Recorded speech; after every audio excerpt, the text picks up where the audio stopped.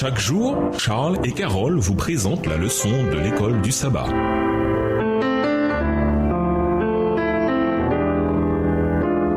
Bienvenue dans votre émission. Dieu nous parle. Nous voilà à la leçon de mercredi. Beaucoup sont appelés, mais peu sont élus. Dieu n'aime pas seulement les gens de son plein gré, il les invite aussi à l'aimer en retour. Le fait que Dieu leur accorde la capacité de choisir librement, d'accepter ou de rejeter son amour est évident dans la parabole du banquet de noces de Christ. Lisons Matthieu 22, versets 1 à 14. Quelle est la signification de cette parabole? Matthieu 22, les versets 1 à 14, Jésus prenant la parole leur parla de nouveau en parabole et il dit: Le royaume des cieux est semblable à un roi qui fit des noces pour son fils. Il envoya ses serviteurs appeler ceux qui étaient invités aux noces, mais ils ne voulurent pas venir. Il envoya encore d'autres serviteurs en disant: Dites aux conviés, voici, j'ai préparé mon festin, mes bœufs et mes bêtes grasses sont tués. Tout est prêt, venez aux noces. Mais sans s'inquiéter de l'invitation, ils s'en allèrent, celui-là à son champ, celui-là à son trafic. Verset 6. Et les autres se saisirent des serviteurs, les outragèrent et les tuèrent. Le roi fut irrité, il envoya ses troupes, fit périr ses meurtriers et brûla leur ville.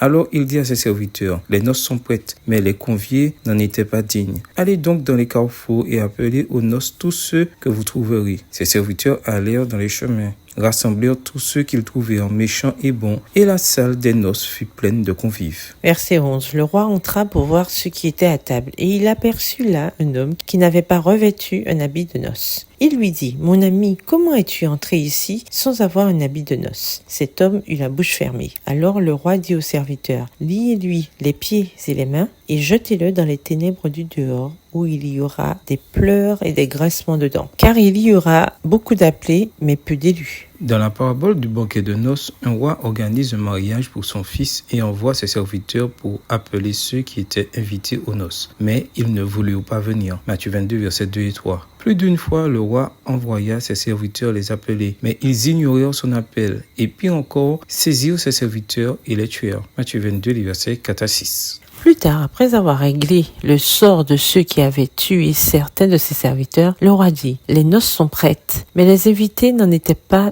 dignes. Allez donc dans les carrefours et appelez aux noces tous ceux que vous trouverez. Matthieu 22, les versets 8 et 9. Après un autre épisode d'un homme sans habit de noces qui fut chassé, signifiant la nécessité de recevoir un habit de noces du roi pour prendre part au banquet de noces, Jésus termina la parabole avec cette expression énigmatique mais très significative. Car il y a beaucoup d'appelés mais peu d'élus. Matthieu 22, le verset 14. Qu'est-ce que cela signifie? Ceux qui sont finalement choisis, les élus, sont ceux qui avaient accepté l'invitation du Seigneur aux noces. Le terme traduit par appelé et invité tout au long de la parabole est le terme grec kaleo, appelé, invité. Et ce qui détermine celui qui est finalement élu, eklektos, est le fait de savoir si l'on a librement accepté l'invitation ou pas. En effet, Dieu invite tout le monde au festin de noces. Cependant, chacun d'entre nous peut refuser l'amour de Dieu. La liberté est essentielle à l'amour. Dieu n'imposera jamais son amour à personne. Malheureusement, nous pouvons refuser d'avoir une relation d'amour avec Dieu. Les élus sont ceux qui acceptent l'invitation. Pour ceux qui aiment Dieu, Dieu a préparé des choses plus merveilleuses que tout ce que nous pouvons imaginer. Encore une fois, tout se résume à la question de l'amour et de la liberté inhérente à l'amour.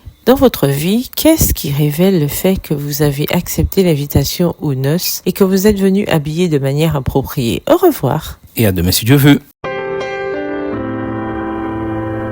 Dieu nous parle. Chaque jour, Charles et Carole vous présentent la leçon de l'école du sabbat.